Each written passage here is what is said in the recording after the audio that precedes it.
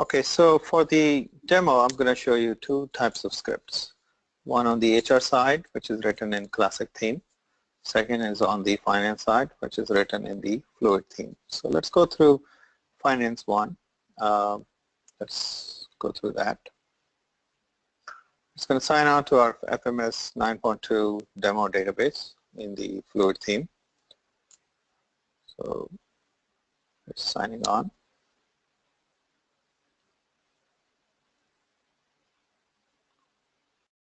What it's going to do is it's going to click on 8th of June, where the time was submitted. It's going to change from the time from 3 hours to 4 hours. Then it's going to click on save. And then as soon as it clicked on save, it's going to click on sign out. Okay. So what you do is, what you're seeing is, and in the end it cleared out the browser cache when it exited. So what you're seeing in front of you is, you can see it in the log, all the actions it took, right? And these are the actions it took. So you can see it in the clear text, or you can also see it in the storyboard or the screenshots, which I was talking about earlier, that where it clicked on, all that stuff, you know, so it recorded all these options, okay? All right, so let's go through, and you can zoom in, you can export into, we'll be able to give you in the HTML or PDF format. All right, let me go back to the steps.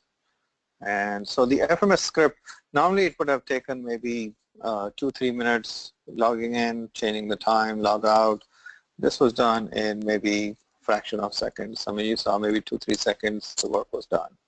Okay, so that's the power of automation and the automated test scripts. Okay, all right, let's go through the next one, which is normally takes about 10 to 15 minutes on the HR side. And here you will see that the work will be done in 2 to 3 minutes. So what it takes is 10 to 15 minutes. You're looking at 1/5 of the time, 1/8 of the time it will take, and all of these scripts are going to be integrated. So what you're looking at is a seamless integration from end to end.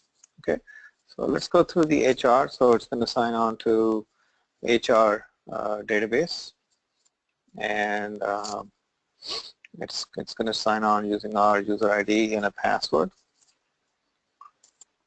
Password are encrypted, even in the test script for the audit sake. As you see, this is a classic theme, and I have put in a lot of delays so that you can see it. Workforce administration, it went all the way to add a person and click on the button, add a person. The name is required, so we're going to fill out the name. Okay, and let's say it's filling out John Kim. It's going to click on that button, refresh name, just for the users to see if the name displays okay or not. And I've slowed down the script. Normally it would not even take 2 to 3 minutes. It will take maybe a minute or less if I don't put any delays. Okay, so if you see what's happening, so I'm not moving my mouse or keyboard or anything. If you see, it's entering the marital status. It's picking up the, filling out the user ID, sorry, the social security number, filling out the contact information, the address. So it's very rapid, and as you see, it looks like as if somebody's typing it, right? Because I simulated as a real typing. The postal code and the county, and I'm putting delays in it so that you can see what's happening. Okay. If you can see that I put in a delay of like 2 seconds here and 1 second here, so it adds up. It's filling out the home, the business, email address, then it's going to pick up the IM option, and so it picked up user changed his mind, it's not MSN, it's Yahoo, and it went to Yahoo. And on the regional, it's going to fill out the ethnic group and the ethnicity. Okay, and after that it's going to go to the next tab,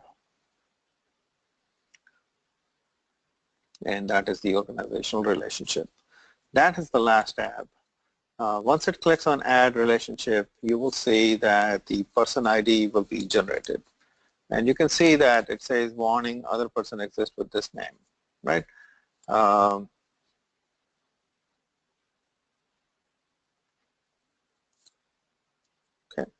So even if it existed, so that was the anomaly, right? Because this person, we already had another person with the same name, so that condition was not coded in our script.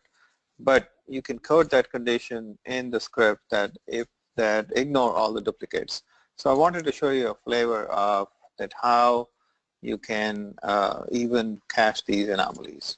Okay, so this is the what you see in the bottom right is the inspect browser DOM window.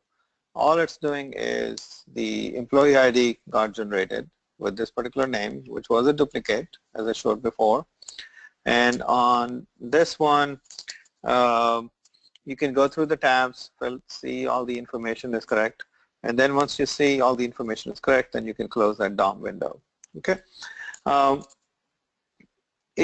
Normally, because in the integrated fashion, we will never put this step.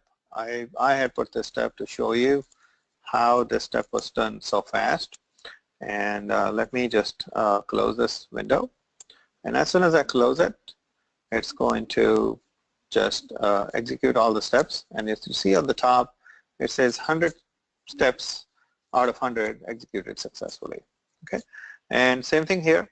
You can view the log, what all the users did for the audit purpose, and it's in plain English that I picked up military, I picked up no option on the smoker, I picked up second option on the military. All right, and if I want to see it visually, I can also see it visually. Okay, so wherever it went, it has all of that. So this documentation will be very handy for us to attach it to your stat. Okay, so that was for the HR and finance, both sides. Let me show you, let me go back to switch to steps, close this. And the pre-created scripts, which I was talking about, is the where we have scripts for PeopleSoft applications, non-PeopleSoft applications. Under PeopleSoft, we have it for all the pillars. Under pillars, we have it for all the modules. And under modules, you may have a sub-module or you may have an area to test, like students, faculty, applicant. Same way on the HR side, under talent acquisition, you may have it applicant. For the HR, on the employee side, on the self-service, you may have it for name change, the address change. So when you go through upgrades, when you go through any PUM image, and these pages are going to be changed, then we can come in here and test it for you. So that concludes the demo. So if we will, many of you have requested for a live demo. So we will circle back to you, and with this one, we appreciate your time. Thank you so much for attending today's webinar. And if you have any questions, please feel free to email us. And we have put in our email address in the beginning of the webinar. We'll be posting this webinar and we'll be sending it to you who attended the meeting, but it will also be posted on our website. Thank you very much again. Bye-bye.